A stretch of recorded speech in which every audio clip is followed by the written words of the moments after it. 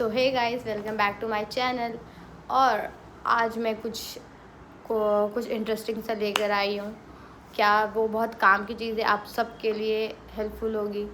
और जितना मैं जानती हूँ डेंटल फील्ड में आने के बाद, सो मैं चाहती हूँ थोड़ा बहुत चीज़ें मुझे जो पता है मैं आप लोगों को बताऊँ। सो बेसिकली जो ब्रश, हाउ टू ब्रश, लोग कैसे ब्रश करते हैं, मुझे भी पहले जितनी आती थी हम लोग सब वैसे ही करते थे, बट वो ब्रश अच्छे से अंदर तक नहीं जाती है, दांत के अंदर तक नहीं जाती है।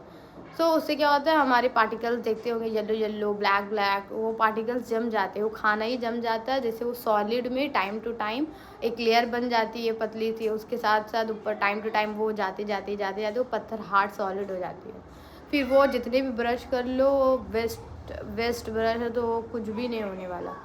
सो उससे पहले क्लीनिंग ही करवाना पड़ता है तो ही जाती है। सो उससे क्लीनिंग तो बात की चीज़ है, लेकिन उसे मेंटेन कैसे रखें जो वो पत्थर है ना, वो सॉलिड चीज़ें ना जमे और टीथ क्लीन रहे।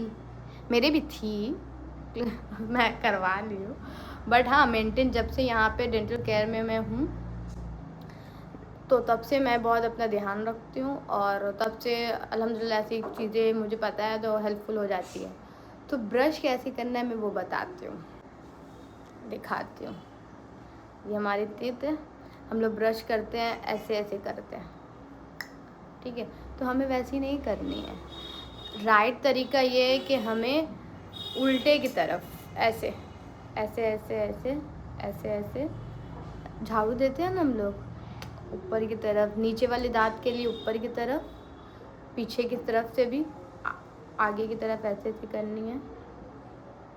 और ऊपर के दांत के लिए भी, ये ऊपर के दांत है तो उसके लिए भी नीचे से ऐसे ऐसे करनी है, और अंदर की तरफ से भी ऐसे ऐसे। और लास्ट में उतना 3-3 घंटे या 10-10 मिनट ऐसे नहीं घसनी है, बट अच्छे से इतनी कर लो कि अच्छे से टीथ क्लीन हो जाए। और लास्ट में दोनों दांत को ऐसे,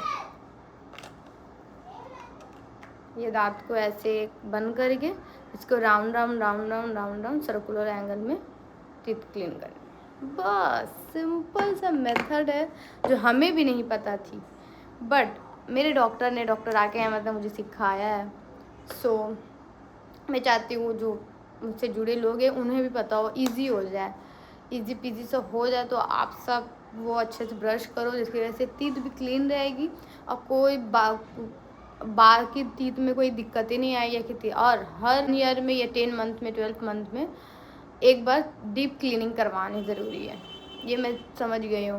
मतलब ये करवाने से टीथ और हेल्दी होंगी तो आपको कोई प्रॉब्लम्स ही नहीं आएगी, बाकी चीज़ें आपको कोई प्रॉब्लम देंगी ही नहीं। तो इससे अच्छा है कि आप अपने टीथ को अच्छे से क्लीन करें। और ऐसी डेंटल केयर रिलेटेड, टीथ से रिलेटेड कुछ भी चीज़ें हैं, क्वेश्चन है आप लोगों के पास, कोई प्रॉब्लम्स है, कुछ भी आप शेयर कर सकते हैं। और आप चाहे तो आप हमारी क्लिनिक भी आ सकते हैं। हमारे क्लिनिक का एड्रेस नाम मैं यहाँ मेंशन कर रही हूँ, dent relief dental clinic.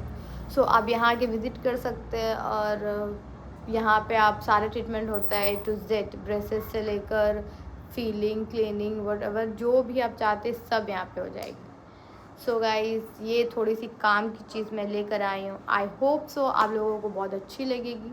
So like, comment and share, subscribe my channel करने मत भूलना, प्लीज़ सपोर्ट कर दो यार।